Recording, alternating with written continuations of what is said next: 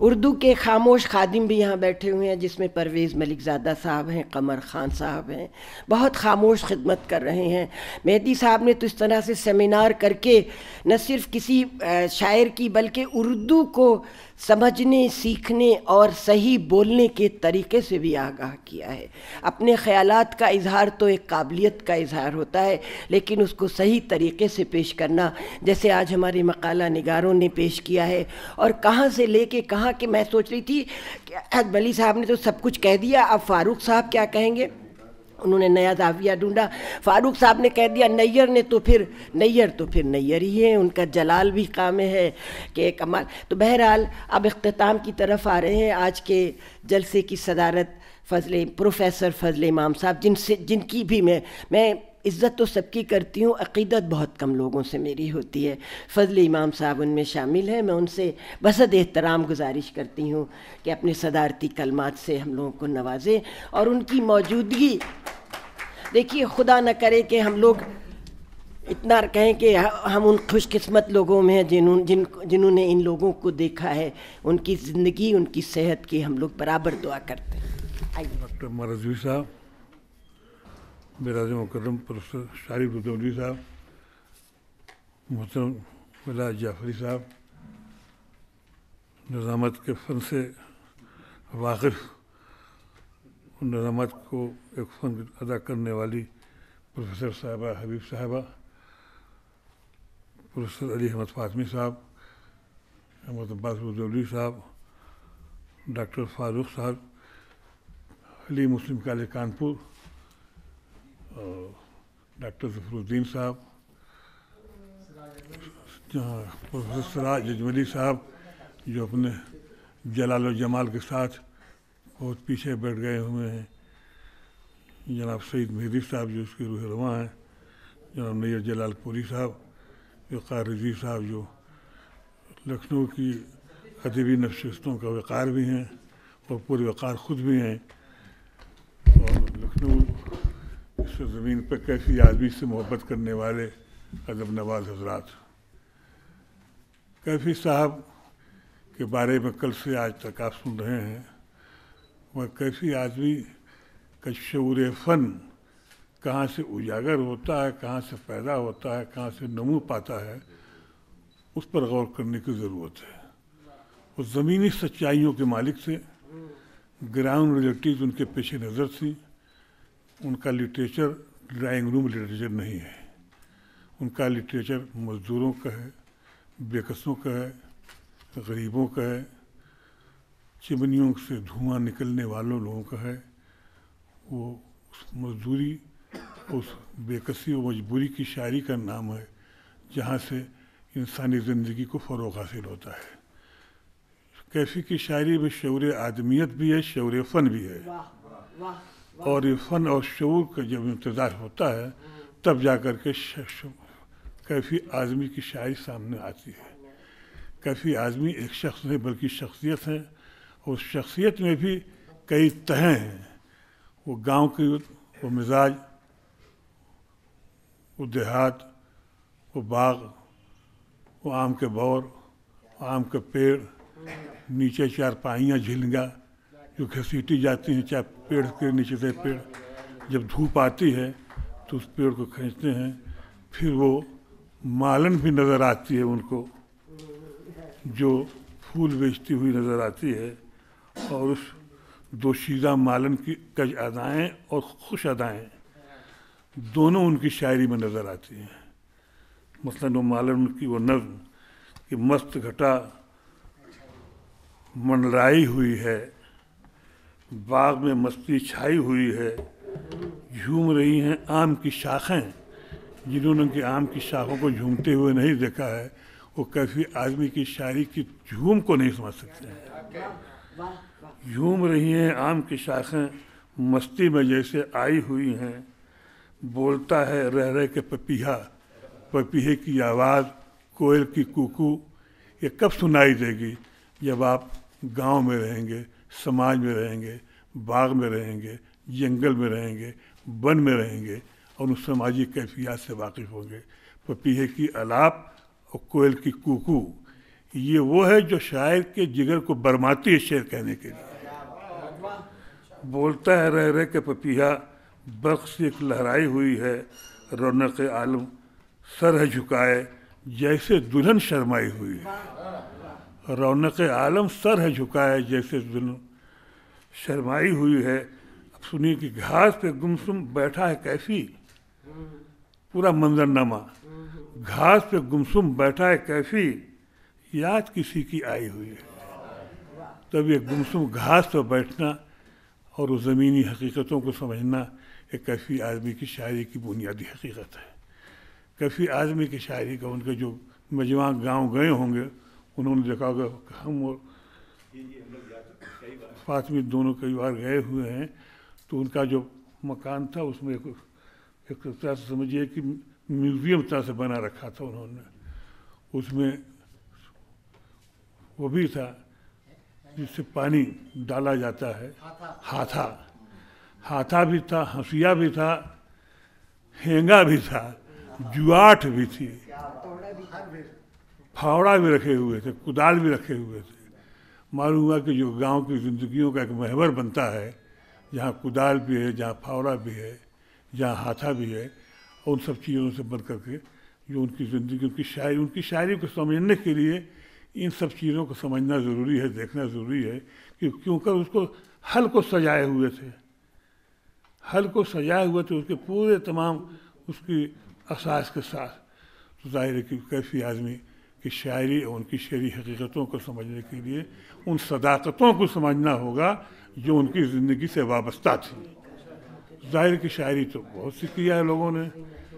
گفتگو بھی ہو رہی تھی کہ لمحاتی شاعری، وقتی شاعری. حضور والا لمحاتی شاعری کہتے کسے ہیں؟ لمحہ ہوتا کیا ہے؟ لمحے صدیوں پر بھاری ہو جاتے ہیں. تو لمحاتی کیفیات کو نظر انداز نہیں کر سکتا.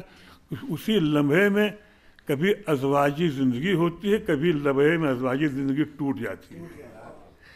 اسی لمحے کے مسائل آج تک اتنے پھیلے ہوئے ہیں کہ سپریم کورٹ تک میں برپا ہے مسئلہ. پتہ نہیں کس لمحے کا کیا معاملہ ہوتا ہے کہ اس لمحے میں 3 طلاق کہاں تک پہنچ جاتا ہے کہ وہ سپریم کورٹ تک معاملہ پہنچ جاتا ہے. تو لمحے کو آپ معمولی مت سمجھیے، لمحے ہی انسانی زندگی کی داغ بیل ہیں اور لمحے ہی انسانی زندگی کے زینے ہیں. یہ زینے جو ہیں ان کو سمجھنے کے لیے لمحوں کا جاننا ضروری ہے. تو ظاہر کی جو بے کسی ہے، جو مزدوری ہے، یہ لمحاتی نہیں ہوتی ہے. یہ زندگی کو اس طرح سے ڈھال دیتی ہے اس پیمانے میں کہ جہاں سے انسان مجبور ناچار ہو جاتا ہے. کیفی آدمی کسی کو شعری حقیقتاً 11 سال کی زندگی میں حاصل ہو گئی تھی. 11 سال کی عمر میں انہوں نے جو شعر کہا تھا، جب وہ نشستوں میں شعر پڑھتے تھے تو لوگ کہتے تھے کہ ان کے والد کی، ان کے بڑے بھائی کی کہی ہوئی غزلیں ہیں.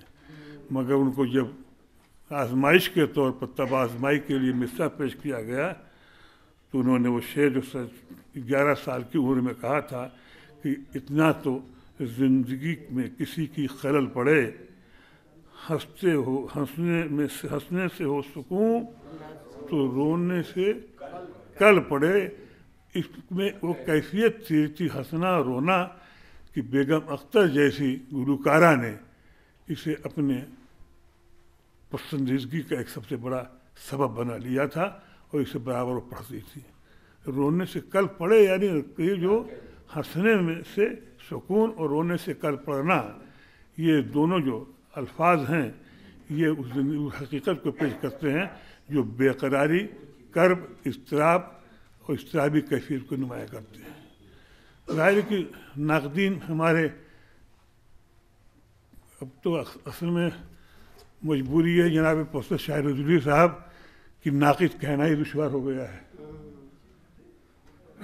جس کو نقد شعر نہ معلوم ہو، جو شعور نقد نہ جانتا ہو، جو متن صحیح نہ پڑھ پاتا ہو، وہ کس طرح سے تنقید کرے گا؟ اس شعر کو کیسے پیش کرے گا؟ کہاں سے پیش کرے گا؟ جسے میں اکثر کہتا ہوں کہ اس دور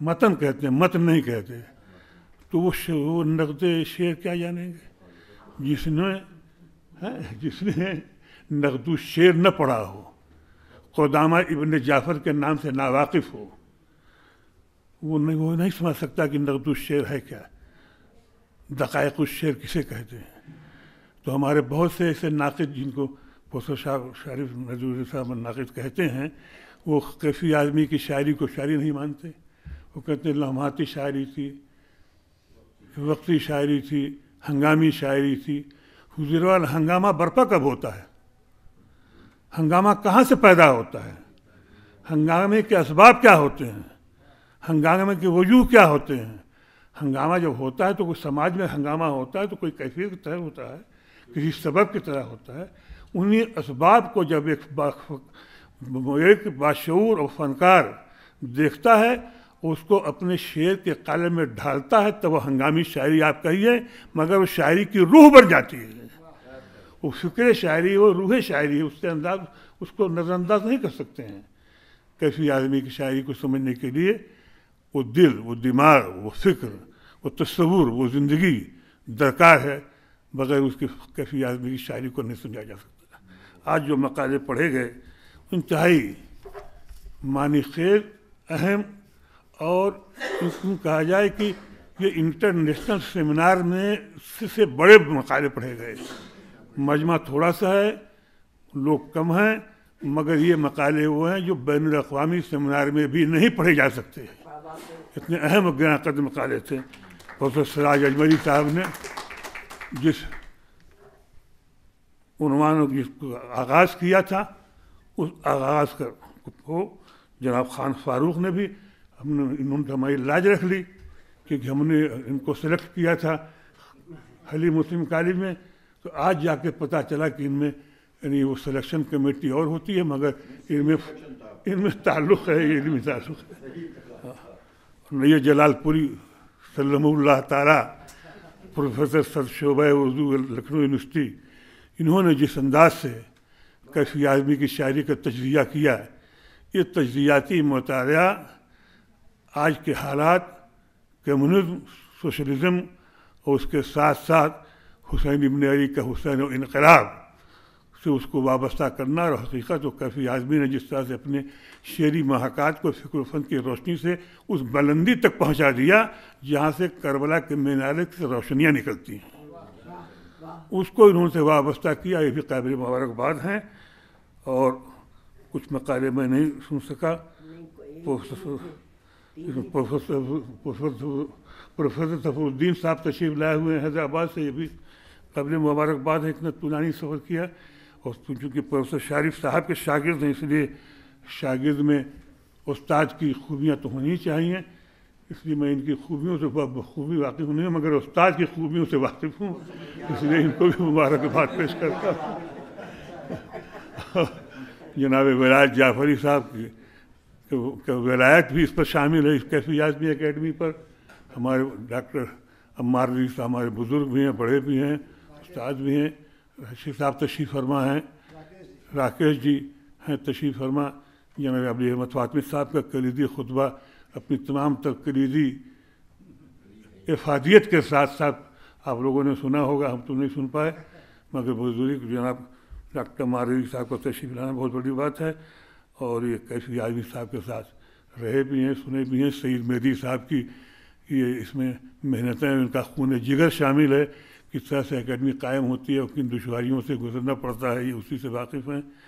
اور یہ جناب ڈاکٹر عمار رضوی صاحب کا جو گفتگو تھی بہت ہی معنی خیز تھی، بہت ہی باخبر، ہم لوگوں کو اس سے کافی معلومات میں اضافہ ہوا۔ یہ اور بات ہے کہ ان کی فہرست عالیہ میں ہمارا نام نہیں رہتا ہے، لیکن ظاہر ہے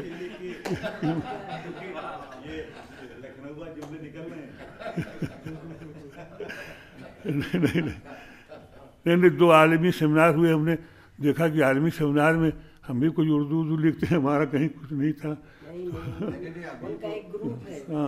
ہاں تو ایک گروپ ہے، تو تو ظاہر ہے کہ جو اب نیر ہاں اب نیر جو ہیں ان کا مسئلہ دوسرا ہے.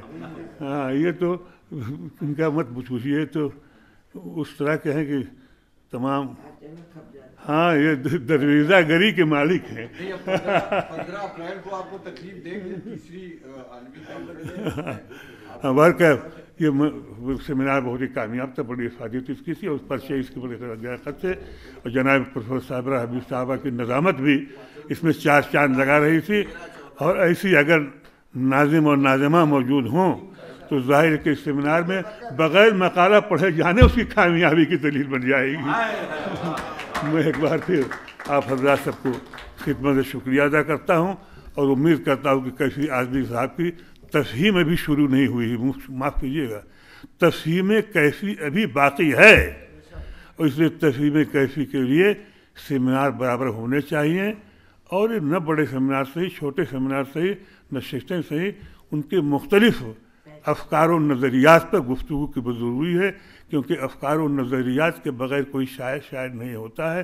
اور صرف مجمع لگا دینے سے، لابینگ کر دینے سے تو شاعر بہت سے شاعر ہو گئے، مگر ظاہر کی شاعر وہ ہے جو اپنی حقیقتوں کو منوانے کے لیے کسی مجمع کا محتاج نہ ہو، بلکہ مجمع اس کا محتاج ہو.